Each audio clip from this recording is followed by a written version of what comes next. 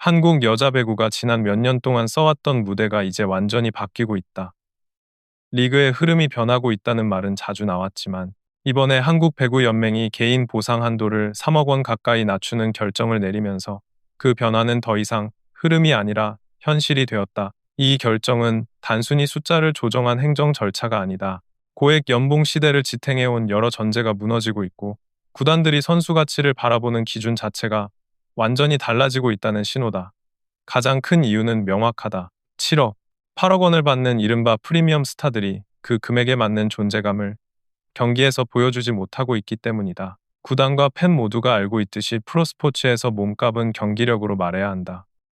하지만 고액 연봉 선수들이 제 역할을 다하지 못하자 결국 구단들은 가격 대비 성과라는 냉정한 기준을 다시 꺼내들었다. 그 첫 장면이 바로 이소영의 7억 원 계약 해지였다. 이소영은 7억 원이라는 금액이 가진 상징성을 누구보다 잘 알고 있었을 것이다. 구단 입장에서도 미래 에이스를 확실하게 잡는다는 의미였고, 그런 투자에는 항상 명확한 기대치가 따른다. 하지만 부상, 경기력 기복, 전술 소화력 문제까지 겹치면서 7억이라는 금액이 더 이상 설득력을 갖지 못했다. 결국 그녀는 계약 기간을 채우지 못한 채 팀을 떠났다. 이 사건이 중요한 이유는 그동안 대부분의 구단이 감정적 이유, 구단의 정체성, 팬심 등을 고려해 스타 선수의 재계약을 쉽게 포기하지 않던 흐름을 깼기 때문이다. 상징성보다 가성비를 선택한 첫 사례였고, 이 결단은 리그 전체에 우리도 이렇게 할 수 있다라는 하나의 기준을 만들어버렸다. 이 사건 이후 구단들은 더 분명하게 깨달았다. 한 명의 비싼 스타가 팀을 구원하는 시대는 끝났다는 것. 그리고 이제는 팀 시스템과 전력 구성의 효율성, 유망주 육성, 외국인 선수의 변동성과 같은 여러 요소가 팀 성적을 좌우하는 시대라는 것. 여기에 이소영 사례는 구단들에게 이젠 연봉 체계도 시대에 맞게 바꾸어야 한다 라는 현실적 메시지를 던졌다. 이 여파가 가시기 전에 더 큰 충격이 이어졌다. 바로 7억 7,500만 원의 박정아 사태다. 박정아는 이름값만으로도 한국 여자 배구를 대표하는 프랜차이즈 스타다. 국가대표 커리어, 통산 성적, 경험치, 이미지까지 감안하면 어느 구단이라도 박정아에게 투자할 수밖에 없었다. 페퍼저축은행이 그녀에게 대형 계약을 안긴 것도 같은 맥락이었다. 팀 판도를 바꿀 절대자원, 공격 중심축으로 재편 가능한 선수라는 기대였다. 그러나 현실은 모두의 예상과는 완전히 다른 방향으로 흘렀다. 득점 생산력은 시즌 내내 가라앉았고, 공격 성공률은 리그 최상위가 아닌 평균 이하 수준까지 내려갔다. 심지어 최근에는 단 한 점도 기록하지 못한 채 교체되는 장면이 나오기도 했는데, 7억이 넘는 연봉을 받는 선수가 무득점으로 빠지는 것은 사실상 리그 사상 거의 찾아보기 힘든 장면이다. 오히려 박정아가 코트에 있을 때 팀 전술 흐름이 막힌다는 평가까지 등장할 정도로 경기 내 영향력은 급격하게 축소되고 있다. 이는 단순한 부진이 아니며 시장 전체가 상징적으로 받아들이는 사건으로 커졌다. 고액 연봉 선수의 가치는 실질적 성과로 평가되어야 한다는 메시지가 다시 한번 강조된 것이다. 여기에 8억 원급 선수들에 대한 논란도 이어졌다. 양효진은 여전히 리그 정상급 센터이고 리더십부터 블로킹, 득점까지 팀 내 기여도는 분명하다. 그러나 나이를 고려했을 때 그리고 구단들의 예산 구조가 달라지고 있다는 점을 고려하면 8억이 적정한가? 라는 질문은 계속 제기될 수밖에 없다. 강소희 역시 공격력이 다시 살아나는 조짐을 보이고 있지만 지난 몇 시즌 동안 반복된 경기력 기복은 여전히 시장에 불신을 낳고 있다. 팬들이 8억이면 김연경급 영향력은 있어야 한다고 말하는 이유가 바로 그 기대와 현실 사이의 간극 때문이다. 정지훈 6억 5천, 배유나와 이다현 5억 5천 역시 가치 논란에서 자유롭지 않다. 정지훈은 잠재력이 엄청난 선수지만 부상 이력과 기복이 크다는 점이 시장에서 리스크로 받아들여진다. 배유나와 이다현 역시 이름값이 있고 경험이 풍부하지만 나이에 따른 기량 유지 문제와 팀 기여도 대비 연봉 적정성 논란이 함께 따라붙는다. 이쯤 되면 논란이 개별 선수를 향해 있는 것이 아니라 리그 전체 연봉 구조는 과연 현재 리그 환경과 맞는가? 라는 근본적 질문으로 확장된다. 결국 이 모든 흐름은 한 지점을 향해 수렴된다. 여자 배구는 고연봉 구조의 한계점에 도달했다. 예전에는 한 명의 스타가 팀 성적을 좌우하는 구조였지만 지금은 아니다. 팀의 리시브, 세터의 경기 운영 능력, 외국인 선수의 공격 점유율, 상대 전력 분석, 체력 관리 등 변수가 너무 많아졌다. 즉, 한 명의 고액 연봉 선수에게 모든 승부를 의존할 수 없는 구조가 되었고, 이는 자연스럽게 고연봉 선수에 대한 투자 효율성 논란으로 이어졌다. 그 결과가 바로 이번 연맹의 연봉 상한 조정이다. 이제는 더 이상 한 선수에게 모든 예산을 몰아주는 방식으로는 리그가 유지될 수 없다. 팀 밸런스가 리그 생존의 핵심이다. 이것이 연맹이 보내는 메시지다. 하지만 여기서 끝이 아니다. 이 변화는 리그의 선수 구도와 계약 시장의 판도를 완전히 뒤흔들 가능성이 크다. 연봉 상한이 낮아지면 자연스럽게 고액 연봉 선수들은 몸값 방어를 위해 경기력으로 확실한 존재감을 증명해야 한다. 이제 시장은 득점만 많이 하는 선수보다 팀 전술 안에서 얼마나 효율적으로 기여하는가를 더 높은 가치로 평가할 것이다. 단순히 이름값이나 과거 이력만으로는 절대 살아남을 수 없는 시대가 온 것이다. 이제 시장이 요구하는 선수상은 명확해졌다.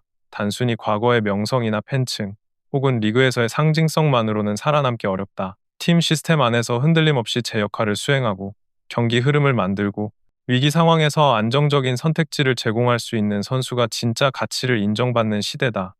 이런 변화는 고액 연봉 선수들에게는 분명 압박이 되지만 동시에 기회가 되기도 한다.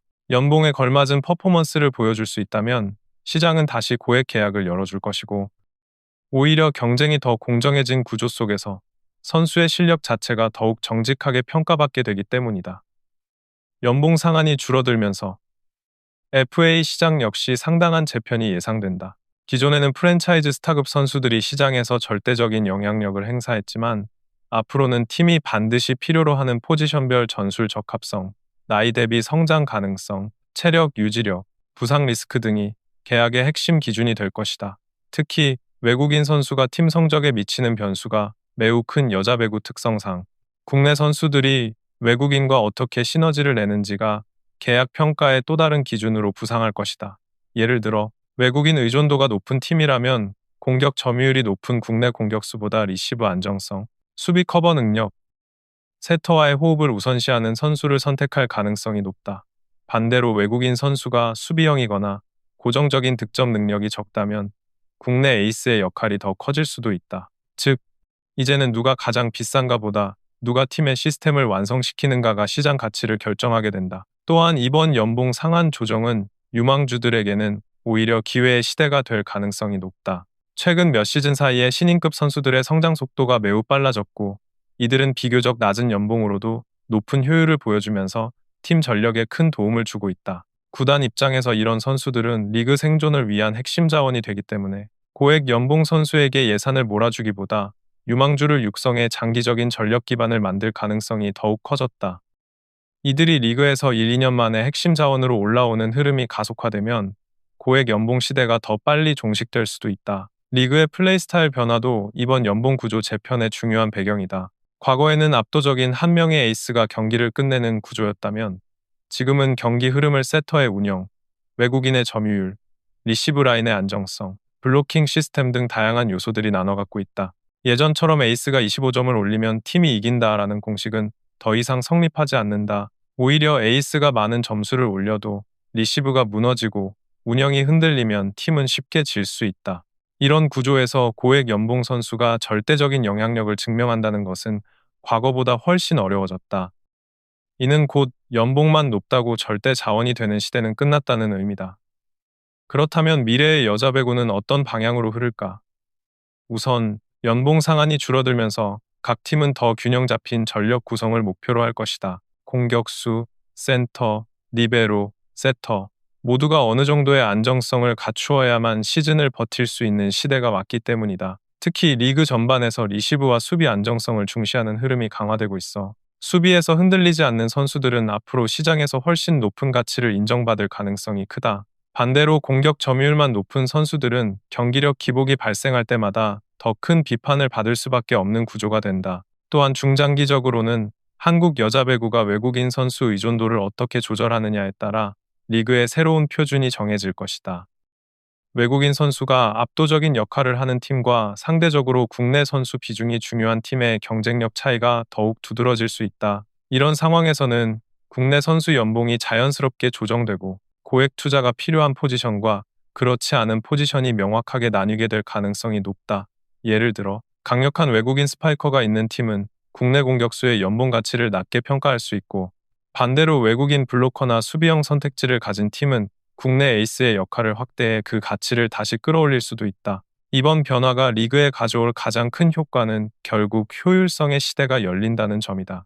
선수들은 더 현실적인 연봉 구조 안에서 자신의 역할과 책임을 명확히 인식하게 될 것이고, 구단들은 특정 선수에게 예산을 몰아주기보다 전반적인 전력 안정화를 통해 시즌 경쟁력을 유지하는 방식을 택할 것이다.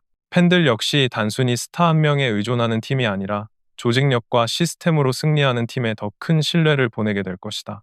모든 변화의 핵심은 결국 매우 간단하다. 연봉은 실력으로 증명해야 한다. 시장은 더 이상 이름값을 보지 않는다. 선수 개인의 경기 영향력, 팀 내에서의 역할, 장기적인 기여도를 통해 연봉이 합리적으로 설명되어야 하는 시대가 온 것이다. 고액 연봉 시대가 끝났다는 말은 동시에 이제 선수들이 진짜 실력으로 평가받는 시대가 열린다는 뜻이기도 하다.